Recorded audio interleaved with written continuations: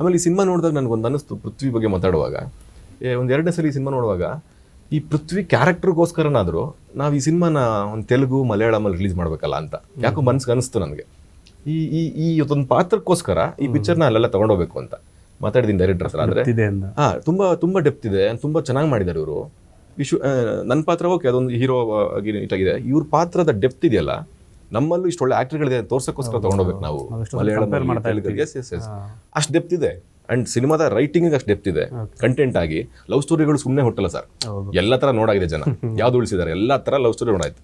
ಅದರಲ್ಲೂ ಒಂದು ಹೊಸದು ಬರೀತಾರೆ ಅಂತಂದಾಗ ಆ ರೈಟರ್ಗೆ ಸ್ವಲ್ಪ ಬೇಕಲ್ಲ, ಅದು ರೈಟಿಂಗ್ಗೋಸ್ಕರ ಮತ್ತು ಇವ್ರ ಕ್ಯಾರೆಕ್ಟರ್ಗೋಸ್ಕರ ಇದು ಚೆನ್ನಾಗಾದ್ರೆ ಇಲ್ಲಿ ಚೆನ್ನಾಗಿ ಆಗುತ್ತೆ ಖಂಡಿತ, ನಾವು ಅಲ್ಲಿ ತೊಗೊಂಡು ಹೋಗ್ಬೇಕು ಅನ್ನೋ ಮಾತು ಅಂದ್ರೆ ಅನ್ಕೊಂಡಿದ್ದೀನಿ ನಾನು. ಸಿನಿಮಾ ಒಂದು ಹೊರತುಪಡಿಸಿ ಸಂಕ್ರಾಂತಿ ಸ್ಪೆಷಲಲ್ಲಿದ್ದೀವಿ. ನಿಮ್ಮ ಬಾಲ್ಯ ನೆನೆಸ್ಕೊಳ್ಳೋದಾದರೆ ಹಳ್ಳಿ ಊರು, ನಾವು ನಿಮ್ಮ ಪ್ರೀಮಿಯರ್ ಪದ್ದಿನ ಸಿನಿಮಾ ನೋಡಿದಾಗ ಅದು ಫೀಲ್ ಆಯಿತು. ಹಳ್ಳಿಗೆ ಹೋಗೋದು, ಕೆರೆಯಲ್ಲಿ ಹಾರೋದು ಅದೆಲ್ಲ ನೆನಪಿದೆ, ಸ್ಟಾರ್ಟಿಂಗಲ್ಲಿ ನೆನಪಾಗುತ್ತೆ.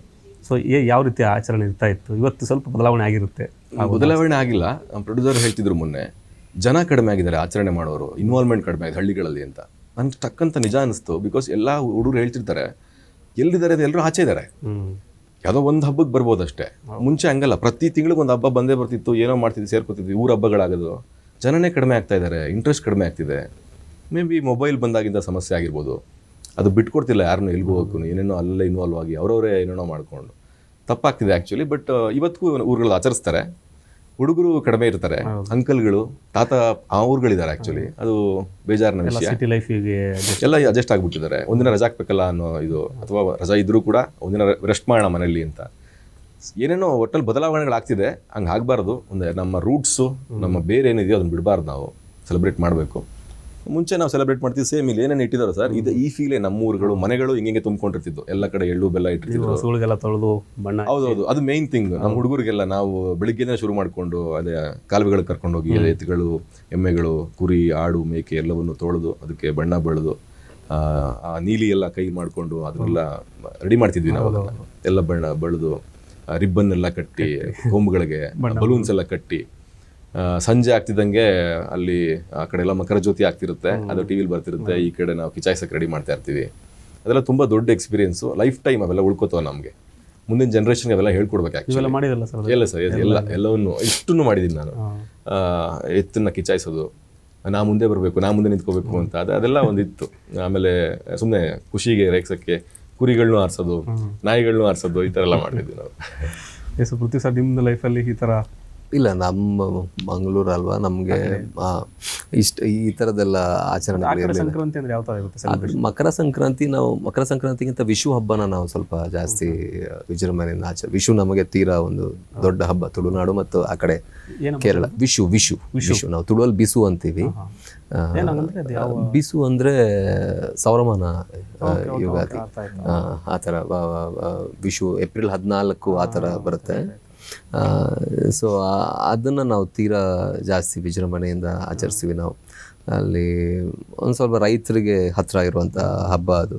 ನಾವು ಬೆಳೆದಿರುವಂಥ ಹಣ್ಣು ಹಂಪಲೆಲ್ಲ ಅದನ್ನು ದೇವರಿಗೆ ಬೆಳಗ್ಗೆ ಇಟ್ಟು ವಿಷು ಕಣಿ ಅಂತೀವಿ. ಅದನ್ನು ತುಂಬ ಚೆನ್ನಾಗಿ ಸಿಂಗಾರ ಮಾಡಿ ಪೂಜೆ ಎಲ್ಲ ಮಾಡಿ ಎಲ್ಲರೂ ಹೊಸ ಬಟ್ಟೆ ಹಾಕಿ ಅವತ್ತು ಎಲ್ಲ ಸಂಬಂಧಿಕರ ಮನೆಗೆ ಹೋಗೋದು, ಎಲ್ಲರನ್ನ ಭೇಟಿ ಆಗೋದು, ಅದೆಲ್ಲ ನಡೆಯುತ್ತೆ. ಆ್ಯಂಡ್ ನಮಗೆ ತೀರಾ ಒಂದು ಏನು ಹೇಳೋದು, ಈಗ ದೀಪಾವಳಿನ ಇಲ್ಲಿ ಹೇಗೆ ಅಷ್ಟು ಇದರಲ್ಲಿ ಕಾದು ಹಬ್ಬನ ಆಚರಿಸ್ತಾರಲ್ಲ, ಆ ರೀತಿ ನಾವು ವಿಷುನ ಬಿಸು ಪರ್ಬ ಅಂತ ಅಂತೀವಿ. ಅದನ್ನ ನಾವು ತುಂಬ ಇದರಲ್ಲಿ ತುಂಬ ಚೆನ್ನಾಗಿತ್ತು. ನಾನು ತುಂಬ ಎಂಜಾಯ್. ಈ ಸತಿ ಸಂಕ್ರಾಂತಿ ಬೇರೆ ಥರ ಸರ್, ಲೈಫ್ ಟೈಮ್ ನೆನ್ಪಿಟ್ಕೋಬೇಕು. ಬಿಕಾಸ್ ಆಫ್ ಬೋ ನಮ್ಗೆ ನಮ್ಮಿದೆಯಲ್ಲ. ಆಮೇಲೆ ಒಳ್ಳೆ ಪಿಕ್ಚರ್ ಮಾಡುವಾಗ ಯಾವಾಗಲೂ ಒಂದು ಖುಷಿ ಆಗ್ತಿರುತ್ತೆ ಒಳಗಡೆಯಿಂದ. ಯಾಕಂದ್ರೆ ಜನ ಈಗ ನಮ್ಗೇನು ನೋಡಿದಾಗ ಏನು ಅನ್ನಿಸ್ತೋ, ಆ್ಯಂಡ್ ಆಲ್ರೆಡಿ ಒಂದಷ್ಟು ಜನ ನೋಡಿದಾರಲ್ಲ, ಅವ್ರಿಗೇನು ಅನ್ನಿಸ್ತೋ ಫಸ್ಟ್ ಟೈಮ್ ನೋಡಿದಾಗ, ಆಡಿಯನ್ಸ್ಗೂ ಅದು ಅನ್ಸುತ್ತೆ ಅಂತ ನಂಬಿಕೆ.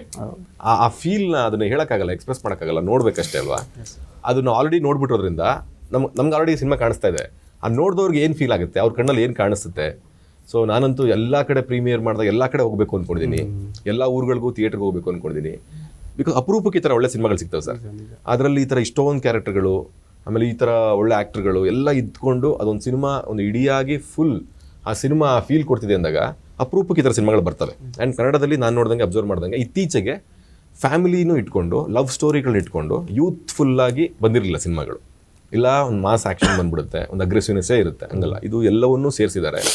ಡೆಪ್ತ್ ಇದೆ ಸಿನಿಮಾದಲ್ಲಿ, ರೈಟಿಂಗಲ್ಲಿ ಮತ್ತು ಎಮೋಷನ್ಸಲ್ಲಿ ಡೆಪ್ತ್ ಇರೋದ್ರಿಂದ ಅದು ತುಂಬ ಜನಕ್ಕೆ ಕನೆಕ್ಟ್ ಆಗುತ್ತೆ. ಸೊ ಫ್ಯಾಮಿಲಿಯವ್ರು ಎಷ್ಟು ಮಿಸ್ ಮಾಡ್ಕೋತಿದ್ರು, ಒಂದು ಫ್ಯಾಮಿಲಿ ಸಬ್ಜೆಕ್ಟ್ ಬಂದಿಲ್ಲ ಕನ್ನಡದಲ್ಲಿ ಬರ್ತಿಲ್ಲ ಅಂತ, ಅವ್ರಿಗೆಲ್ಲರಿಗೂ ಈ ಸಿನಿಮಾ 100ಕ್ಕೆ 100 ಮನಸ್ಸಿಗೆ ತೃಪ್ತಿ ಕೊಡುತ್ತೆ. ತುಂಬ ವರ್ಷಗಳ ಕಾಲ ಈ ಕ್ಲೈಮ್ಯಾಕ್ಸ್ನ, ಪೃಥ್ವಿ ಪರ್ಫಾರ್ಮೆನ್ಸ್ನ, ಈ ಸಿನಿಮಾನ ನೆನ್ಪಿಟ್ಕೋತಾರೆ. ಸರ್ ಅದೇ ಇತ್ತು ಪ್ರಶ್ನೆ. ಯಾಕಂದರೆ ಇವತ್ತು ಸಾಕಷ್ಟು ಸಿನಿಮಾಗಳು ಬರ್ತಾ ಇರುತ್ತೆ, ಫ್ಯಾಮಿಲಿ ಎಂಟರ್ಟೈನ್ಮೆಂಟು, ಲವ್ ಸ್ಟೋರಿಗಳು ತಿಂಗಳಿಗೆ 1-2 ಬರ್ತಾನೆ ಇರುತ್ತೆ. ಅದರ ಮಧ್ಯೆ ಭುವನಂ ಗಗನಮು. ಆದರೆ ಜನ ತುಂಬ ಇಂಟೆಲ್ ಇದ್ದಾರೆ ಸರ್ ಇವತ್ತು. ಸಿನಿಮಾ ಚೆನ್ನಾಗಿತ್ತು ಅಂದರೆ ಮೌಟ್ ಹಾಕಲು ಸಿನಿಮಾ ಹಿಟ್ ಆಗಿಬಿಡುತ್ತೆ, ಪ್ರಮೋಷನ್ ಅವಶ್ಯಕತೆ ಇರಲ್ಲ, ಮತ್ತೊಂದು ಇರೋದಿಲ್ಲ. ಸೊ ನಿಮ್ಗೆ ಎಷ್ಟು ಕಾನ್ಫಿಡೆಂಟ್ ಇದೆ, ಮತ್ತು ನಿಮ್ಮನ್ನು ಇಷ್ಟಪಡುವಂಥ ಅಭಿಮಾನಿಗಳಿಗೆ, ನಿಮ್ಮನ್ನು ಪ್ರೀತಿಸುವಂಥವ್ರಿಗೆ TV5 ಮೂಲಕ ನೀವೇನಂತ ಥಿಯೇಟ್ರಿಗೆ ಕರಿತೀರಿ?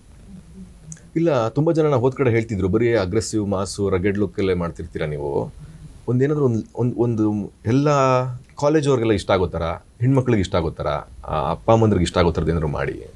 ಹಂಗೆ ಮಾಡೋಕ್ಕೆ ಓಕೆ, ಬರ್ಕೋಬೇಕು ನಾವೇ, ಇಲ್ಲ ಯಾರೋ ಬರ್ದಿರೋರು ಕೊಡ್ಬೇಕು ನಮಗೆ, ಆ ಥರ ಅಂದ್ಕೊಂಡಿದ್ದೆ ಮನಸ್ಸಲ್ಲಿ. ಬಟ್ ಇದು ಬಂದಿದ್ದು ನನಗೆ ಖುಷಿ ಆಯಿತು. ರತ್ನ ಪ್ರಪಂಚ ಆದಮೇಲೆ 2-3 ಸಿನಿಮಾ ಬಂತು ನನಗೆ. ಅದರಲ್ಲಿ ಈ ಸಿನಿಮಾ ಲೈನ್ ಹೇಳಿದ ತಕ್ಷಣ ಖುಷಿ ಆಯ್ತು ನನಗೆ, ಪರ್ಫೆಕ್ಟ್ ಆಗಿದೆಯಲ್ಲ ಇದು ಅಂತ. ಆಮೇಲೆ ಅವ್ರು ಸೀನ್ಸ್ ಹೇಳ್ತಾ ಹೋದಾಗ ತುಂಬ ಖುಷಿ ಆಗೋಯ್ತು ನನಗೆ. ಅಂದರೆ ಬರೀ ಲವ್ ಸ್ಟೋರಿಲಿ ಸಾಫ್ಟ್ನೆಸ್ ಅಲ್ಲ, ಈ ಕ್ಯಾರೆಕ್ಟರ್ಗಳು ಬೇಕು ಪರ್ಫಾರ್ಮ್ ಮಾಡೋಕ್ಕೆ ಸರ್. ಒಳ್ಳೆ ಸೀನ್ಗಳು, ಬರೀ ಎಮೋಷನ್ಸ್ ಅಲ್ಲ, ಅದಕ್ಕೊಂದು ಅಗ್ರೆಸಿವ್ನೆಸ್ಸು ಬೇಕು, ಇನ್ನೊಂದು ಎಲ್ಲ ಮ್ಯಾಚ್ ಆಗಿ ಕೊನೆಗೆ ಅದೆಲ್ಲೋ ಒಂದು ಕಡೆ ಲೀಡ್ ಆಗುತ್ತಲ್ಲ, ಅದು ಒಳ್ಳೆ ಸ್ಟೋರಿಗಳಾಗ್ತವೆ. ಗ್ರಾಫ್ ಇರಬೇಕು ಯಾವಾಗಲೂ ಸಿನಿಮಾದಲ್ಲಿ. ಜೊತೆಗೆ ಈ ಥರ ಪೃಥ್ವಿ ಇನ್ನೊಂದು ಕ್ಯಾರೆಕ್ಟರ್ನ ಪೃಥ್ವಿ ಮಾಡ್ತಿದ್ದಾರೆ ಅಂದಾಗ ನಾನು ಏನು ನೋ ಅನ್ನೋಕ್ಕಾಗಲಿಲ್ಲ, ತುಂಬ ಖುಷಿಯಾಗಿ ಒಪ್ಕೊಂಡೆ. ಮಾಡ್ತಾ ಮಾಡ್ತಾ ಮಾಡ್ತಾ ಒಂದು ಕಾನ್ಫಿಡೆನ್ಸ್ ಬರ್ತಾ ಹೋಯ್ತು, ಇದು ಚೆನ್ನಾಗಾಗುತ್ತೆ ಫಿಲಮು, ಚೆನ್ನಾಗಾಗುತ್ತೆ ಇದು, ನಾವು ಮಾಡ್ತೀವಿ ಶೂಟಿಂಗ್ ಲೊಕೇಶನ್ಸು ಮತ್ತೊಂದು ಎಲ್ಲ. ಆಮೇಲೆ ಎಡಿಟಿಂಗ್ ಟೇಬಲಲ್ಲಿ ಒಂದಷ್ಟು ನೋಡಿದಾಗ ಖುಷಿ ಆಯಿತು. ಆಮೇಲೆ ಇವಾಗ ಫೈನಲ್ ಕಾಪಿ ನೋಡಿದಾಗಂತೂ 100ಕ್ಕೆ 100% ಕನ್ಫರ್ಮ್ ಆಗಿದೆ ನನಗೆ, ಈ ಸಿನಿಮಾ ತುಂಬ ಜನಕ್ಕೆ ಇಷ್ಟ ಆಗುತ್ತೆ. ನನ್ನ ಇಷ್ಟಪಡೋರಿಗೆ, ಪೃಥ್ವಿನ ಇಷ್ಟಪಡೋರಿಗೆ ಎಲ್ಲರಿಗೂ ಈ ಸಿನಿಮಾ ಹಬ್ಬ. ಬಿಕಾಸ್ ಎಲ್ಲ ಇದೆ ಸರ್, ಒಂದು ಫ್ರೇಮಲ್ಲಿ ಎಲ್ಲವೂ ಸಿಕ್ಕಿದೆ ಇದರಲ್ಲಿ.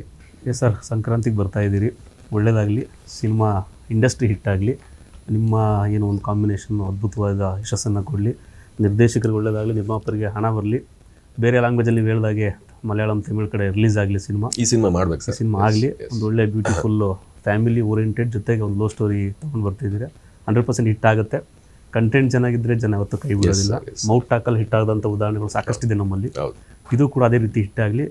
ಹೊಸ ವರ್ಷಕ್ಕೆ ಒಂದು ಒಳ್ಳೆ ನಿಮಗೆ ಸಕ್ಸಸ್ಫುಲ್ ವರ್ಷ ಆಗಲಿ ಇದು ಅಂತ ಹೇಳ್ತಾ ಕಾರ್ಯಕ್ರಮದ ಬಗ್ಗೆ ತುಂಬ ಧನ್ಯವಾದಗಳು. ಸಂಕ್ರಾಂತಿ ಫೀಲಲ್ಲಿ ಒಂದು ಒಳ್ಳೆ ಇಂಟರ್ವ್ಯೂ ಆಯಿತು. ಬಹಳ ದಿನಗಳ ನಂತರ ನಮಗೂ ಕೂಡ ಕಡಿಮೆ ಆಗಿಬಿಟ್ಟಿತ್ತು ಇತ್ತೀಚಿನ ಸಿನಿಮಾಗಳು ಇಲ್ಲದೆ. ಸೊ ನಮಗೊಂದು ಒಳ್ಳೆ ಮೂಮೆಂಟ್ ಕೂಡ ಇದು. ಇಬ್ಬರು ಒಳ್ಳೆಯದಾಗಲಿ. ಈಗ ಭುವನಂ ಗಗನ ಸಿನಿಮಾ ಸೂಪರ್ ಹಿಟ್ ಆಗಲಿ.